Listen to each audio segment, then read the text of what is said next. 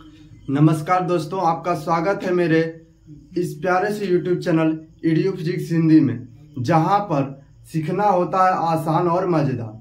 तो चलिए दोस्तों, आज हम सीखने वाले हैं सूचक के प्रकार यानी टाइप्स ऑफ इंडिकेटर। तो चलिए वीडियो को शुरू करते हैं बिना किसी देर की। तो आज हम बात सबसे पहले करने वाले हैं सूचक के बारे में। इसके जस्ट पहले वाले वीडियो में हमने सूचक के बारे में थोड़ी सी चर्चा की थी और ये सूचक आपको दिखाया भी था, ठीक है। तो यहां पर हम सबसे पहले बात करने वाले हैं सूचक के बारे में, यानी सूचक क्या होते हैं।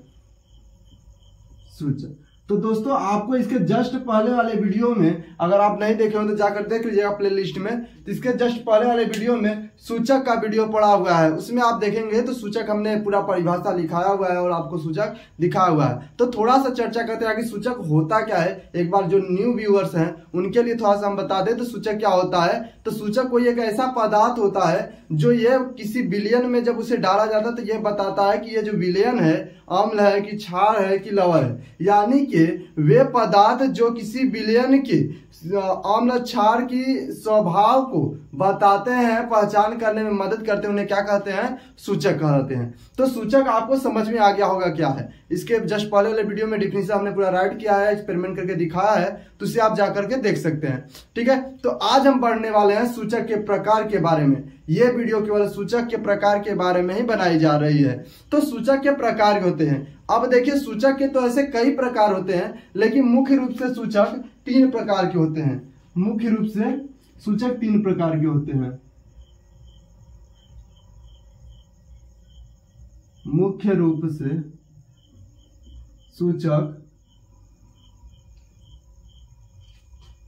सूचक को इंडिकेटर कहते हैं।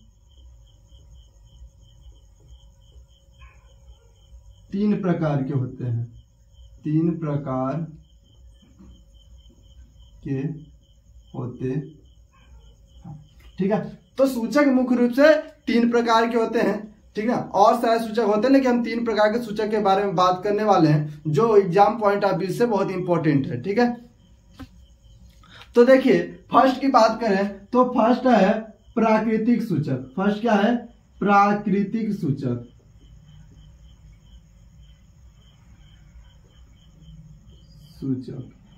सेकेंड है संश्लेषित सूचक। संश्लेषित सूचक।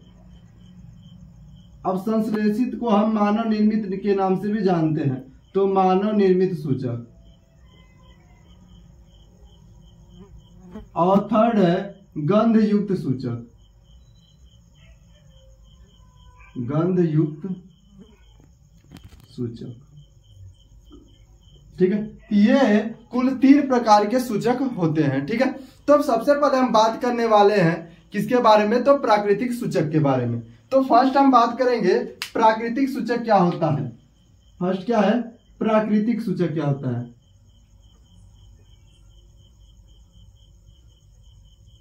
प्राकृतिक सूचक, तो देखिए, प्राकृतिक सूचक वो होता है जो प्रकृति में पाया जाता है, यानी जो वे पदार्थ, वे सूचक जो प्रकृति में स्वतंत्र रूप से पाए जाते हैं, वे पदार्थ जो प्रकृति में पाए जाते हैं, उन्हें हम क्या कहेंगे? प्राकृतिक सूचक कहेंगे। तो इसका डिफिनेशन क्या लिखेंगे? वे सूचक जो प्रकृति में पाए जाते हैं, प्रकृति में पाए जाते हैं, प्राकृतिक सूचक कहलाते हैं। प्राकृतिक सूचक कहलाते हैं।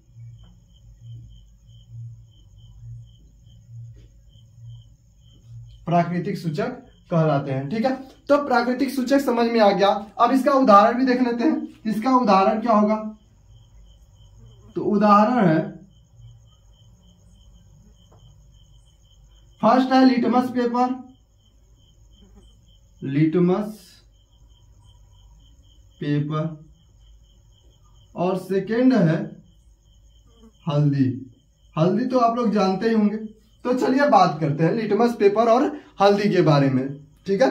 तो देखिए, जो लिटमस पेपर होता है, इसके लिए में एक इम्पोर्टेंट फैक्ट है कि लिटमस पेपर जो है यह लाइकेन नामक पौधे से मिलकर बनता है। लाइकेन नामक पौधे से बनाया जाता है। लाइकेन पौधे से, यानी लाइकेन नामक एक पौधा होता है जिससे लिटमस पेपर का निर्माण किया जाता है। अब लिटमस पेपर आपको हम दिखा रहे हैं, इस बगल में आपको लिटमस पेपर दिख रहा होगा। तो ये जो लिटमस पेपर है ये 3 कलर का होता है, एक ब्लू होता है, एक रेड होता है, एक येलो होता है। येलो जो लिटमस पेपर होता है ये सबको बताता है कौन सा आम्ल है, कौन सा क्षार है, सब बता देगा। लेकिन जो रेड लिटमस पेपर है वह केवल और केवल किसको बताएगा, तो यह केवल और केवल बताएगा आपके क्षार को। यानी लाल लिटमस पेपर का नीला हो जा रहा है तो वो विलयन कैसा होगा, क्षारीय प्रकृति का होगा।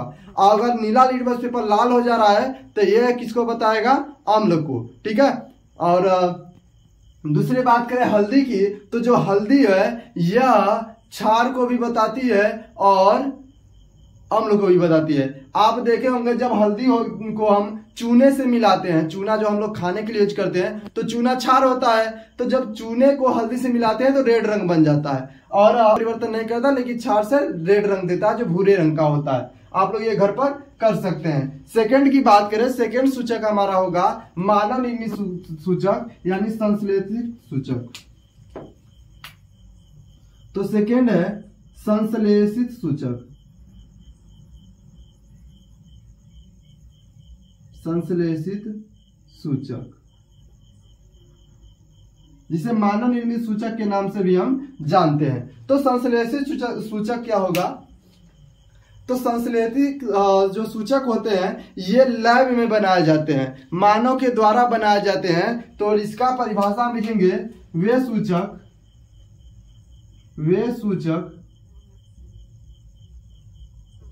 जो मानव के द्वारा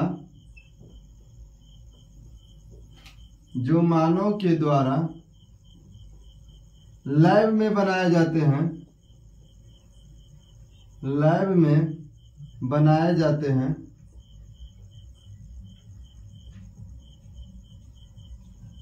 संश्लेषित सूचक कहलाते हैं।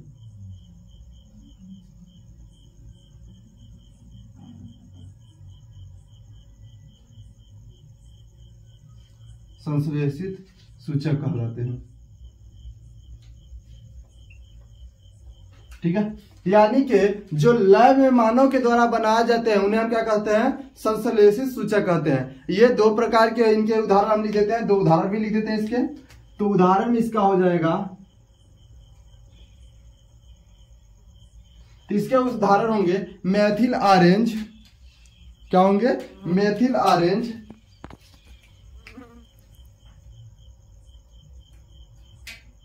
मेथिल ऑरेंज,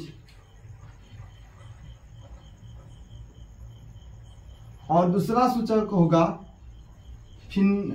जो हम फिनोप्थेलिन बताए थे लिटमस पेपर वाले में, वही चीज। ठीक ना। तो क्या होगा,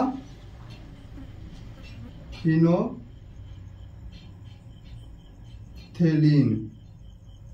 ठीक ना। थोड़ा सा नाम लेने में अजीब लग रहा होगा, लेकिन ये 2 प्रकार का सूचक है। चलिए इनके बारे में जान लेते हैं। तो देखिए जो मेथिल ऑरेंज है वो अम्ल को कैसा करता है, इसको देखेंगे, अम्ल को, और क्षार को कैसा करता है ये भी जान लेते हैं। तो जो मेथिल ऑरेंज है अम्ल को लाल कर देता है, यानी जब अम्ल में मेथिल ऑरेंज को डालेंगे तो कैसा हो जाएगा, ये लाल रंग देता है। कैसा देता है, लाल रंग देता है। जबकि क्षार में जब उसे हम डालेंगे, यानी मेथिल ऑरेंज को जब क्षार में डालते हैं तो ये पीला हो जाता है। कैसा हो जाता है, पीला हो जाता है। और जब फिनोप्थेलिन को हम अम्ल में डालते हैं, किस में डालते हैं, अम्ल में, तो कोई परिवर्तन नहीं होता है। क्या होता है, कोई परिवर्तन नहीं होगा। जबकि क्षार में डालेंगे तो ये गुलाबी रंग का हो जाएगा। कैसा हो जाएगा, गुलाबी, यानी कि पिंक। ठीक है। तो यहां तक क्लियर होगा, यानी आपको समझ में आ गया होगा कि प्राकृतिक सूचक क्या होते हैं और गंधक सूचक क्या होते हैं। अब बात करते हैं हम, संश्लेषित सूचक बताए, गंधक तभी हम बताने वाले हैं। तो गंधक सूचक क्या होते हैं, यहां पर हम साइड में राइट कर लेते हैं गंधक सूचक। यहां पर गंध युक्त सूचक। ठीक है। तो गंधक सूचक क्या होते हैं कि कुछ पदार्थ ऐसे होते हैं जिनसे गंध ले करके, जिनके गंध से हम क्या पता कर सकते हैं कि अम्ल है कि क्षार है ना। तो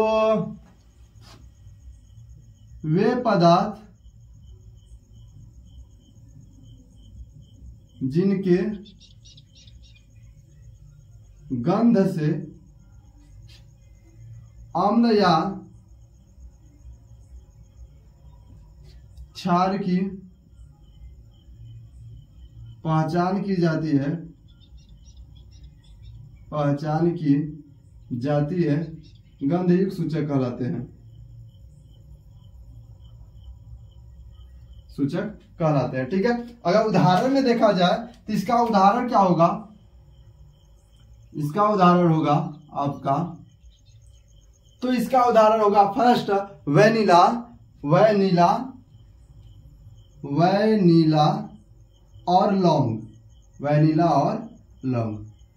ठीक है, तो उम्मीद कर